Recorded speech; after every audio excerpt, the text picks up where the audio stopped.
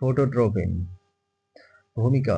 ফটোট্রপিন নীল আলো শোষণ করে উদ্ভিদের আলোর দিকে চলন, পত্ররন্ধ্রের খোলা ও বন্ধ হওয়া এবং ক্লোরোপ্লাস্টের স্থানান্তরকে নিয়ন্ত্রণ করে।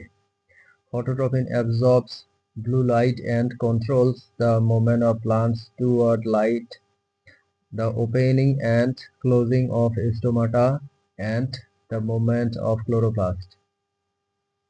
কার্যকারিতা। যদিও ফটোট্রপিন সরাসরি ফুল ফোটার সাথে জড়িত নয়, তবে এটি উদ্ভিদের সামগ্রিক স্বাস্থ্য এবং বৃদ্ধিকে প্রভাবিত করে, যা পরোক্ষভাবে ফুল ফোটার প্রক্রিয়াকে প্রভাবিত করে। Functionality. Although phototropin is not directly involved in flowering, it affects the overall health and growth of plants, which directly affect the flowering process. এইভাবে ক্রিপ্টোক্রোম এবং ফটোট্রপিন নামক আলো সংবেদী রিসেপ্টরগুলো উদ্ভিদের ফুল ফোটার প্রক্রিয়া নিয়ন্ত্রণে গুরুত্বপূর্ণ ভূমিকা পালন করে এবং উদ্ভিদের জীবনচক্রকে সঠিকভাবে পরিচালিত করে। Thus, light-sensitive receptors called cryptochrome and phototropin play an important role in controlling the flowering process of plants and properly manage the life cycle of the plant. বাণিজ্যিক কৃষিতে কমার্শিয়াল এগ্রিকালচার আলোক পর্যায়বৃত্তিতা, ফটোপিরিয়ডিজম এবং ভার্নালাইজেশন কিভাবে ব্যবহার করা হয়। How are photoperiodism and vernalization used in commercial agriculture?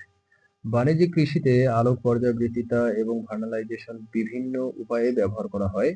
Photoperiodism and vernalization are used in various ways in commercial agriculture. মূল উৎপাদন। আলোক পর্যায়বৃত্তিতা ব্যবহার করে বিভিন্ন মূল যেমন ক্রিস্যান্থেমাম এবং পাইনসেটিয়া এর ফুল ফোটার সময় নিয়ন্ত্রণ করা হয়। Follower production. By using photoperiodism, the flowering time of various flowers such as chrysanthemum and poinsettia can be controlled.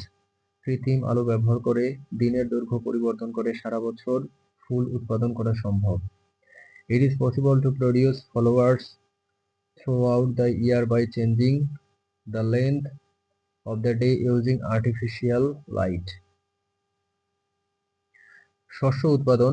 Vernalisation ব্যবহার করে শীতকালীন শস্য যেমন গম এবং বার্লি এর ফলন বাড়ানো যায়। Crop production. Vernalization can be used to increase the yield of winter crops such as wheat and barley. শীতকালে চারা রোপণ করে এবং তাদের ঠান্ডা তাপমাত্রা প্রদান করে বসন্তকালে দ্রুত ফুল ও ফল ধরানো যায়।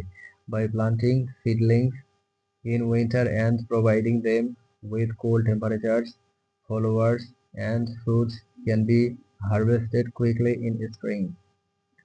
বীজ উৎপাদন। আলোক পর্যায়বৃত্তিতা এবং ভার্নালাইজেশন উভয় বীজ উৎপাদনের সহায়ক। Seed production. Both photoperiodism and vernalization are helpful in seed production. এই প্রক্রিয়াগুলো ব্যবহার করে উদ্ভিদের প্রজনন চক্রকে নিয়ন্ত্রণ করে উন্নত মানের বীজ উৎপাদন করা যায়।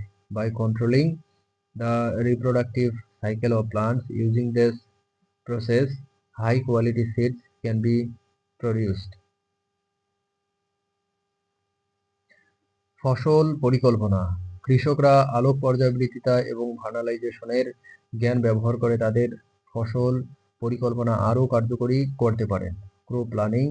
Farmers can make their crop planning more effective by using the knowledge of photoperiodism and vernalization. কোনো বিশেষ অঞ্চলের জন্য কোন শস্য উপযুক্ত এবং কখন রোপণ করা উচিত তা এই জ্ঞানের মাধ্যমে নির্ধারণ করা যায়। Which crop is suitable for a particular region and when it should be planted can be determined through this knowledge.